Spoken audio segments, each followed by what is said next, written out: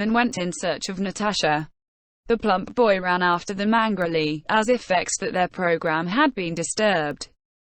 Chapter 12. The only young people remaining in the drawing room, not counting the young lady visitor and the Countess' eldest daughter, who was 4 years older than her sister and behaved already like a grown-up person, were Nicholas and Sonia, the niece. Sonia was a slender little brunette with a tender look in her eyes which were veiled by long lashes, thick black plaits coiling twice round her head, and a tawny tint in her complexion, and especially in the color of her slender but graceful and muscular arms and neck. By the grace of her movements, by the softness and flexibility of her small limbs, and by a certain coyness and reserve of manner, she reminded one of a pretty, half-grown kitten which promises to become a beautiful little cat. She evidently considered it proper to show an interest in the general conversation by smiling. But in spite of herself, her eyes under their thick long lashes watched her cousin who was going to join the army, with such passionate girlish adoration that her smile could not for a single instant impose upon anyone.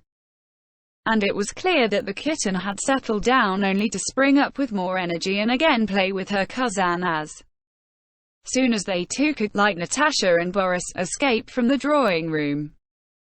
"Ah yes, my dear," said the Count, addressing the visitor and pointing to Nicholas. "His friend Boris has become an officer, and so for friendship's sake he is leaving the university and me, his old father, and entering the military service, my dear. And there was a place and everything waiting for him in the archives department." "Isn't that friendship?" remarked the Count in an inquiring tone.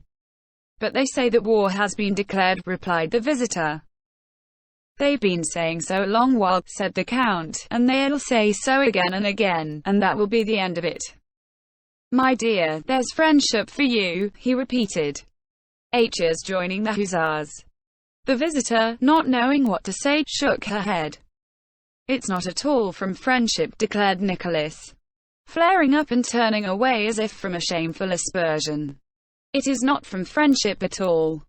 I simply feel that the army is my vocation." He glanced at his cousin and the young lady visitor, and they were both regarding him with a smile of approbation. "Schubert, the colonel of the Pavlograd Hussars, is dining with us today. He has been here on leave and is taking Nicholas back with him."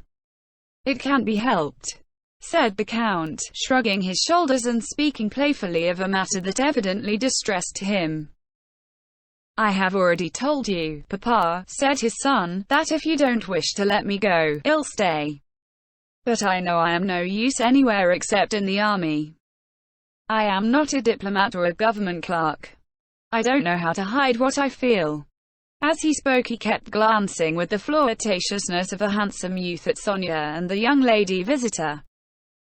The little kitten, feasting her eyes on him, seemed ready at any moment to start her gambols again and display her kittenish nature. All right," said the old Count. "He always flares up. This Bonaparte has turned all their heads. They all think of how he rose from an ensign and became emperor. Well, God grant it," he added, not noticing his visitor's sarcastic smile. The elders began talking about Bonaparte. Julie Karagina turned to young Rostov. "What a pity you weren't at the Arkarovs on Thursday. It was so dull without you," said she, giving him a tender smile.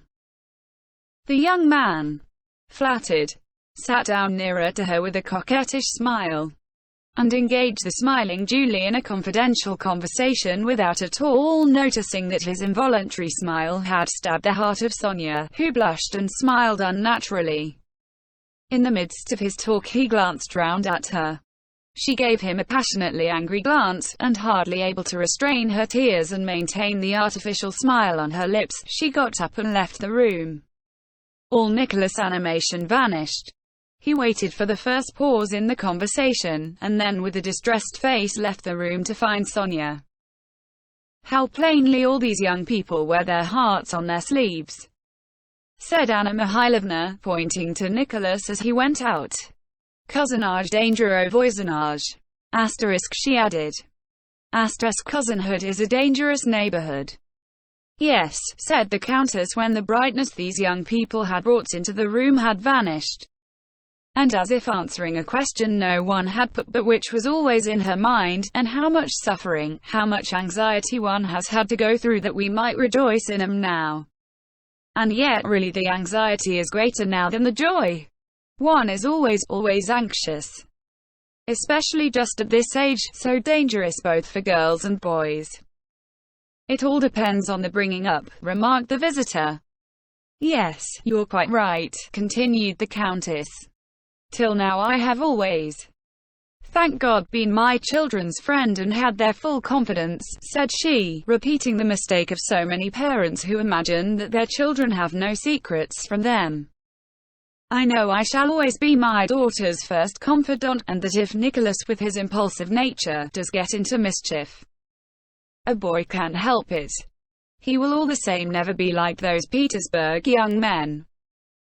Yes, they are splendid, splendid youngsters, chimed in the Count, who always solved questions that seemed to him perplexing by deciding that everything was splendid. Just fancy. Wants to be an hussar. What's one to do, my dear? What a charming creature your younger girl is, said the visitor. A little volcano. Yes, a regular volcano, said the Count. Takes after me. And what a voice she has. Though shush is my daughter, I tell the truth when I say she'll be a singer, a second Salamone. We have engaged an Italian to give her lessons. Isn't she too young? I have heard that it harms the voice to train it at that age. Oh no, not at all too young, replied the Count.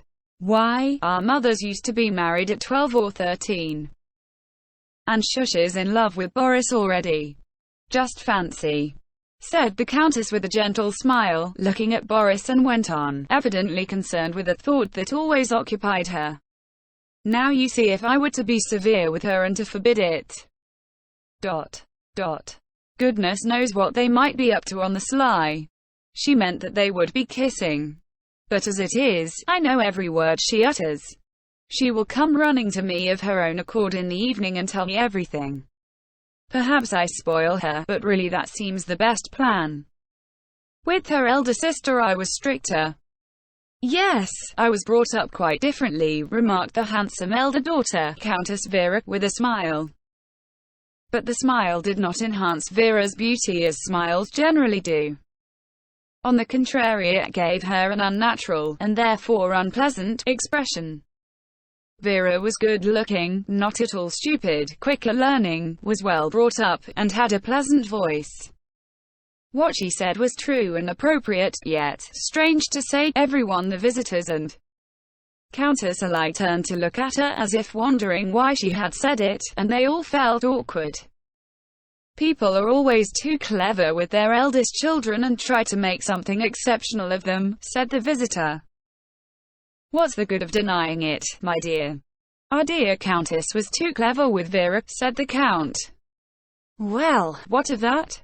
Shush's turned out splendidly all the same, he added, winking at Vera. The guests got up and took their leave, promising to return to dinner. What manners! I thought they would never go, said the Countess when she had seen her guests out.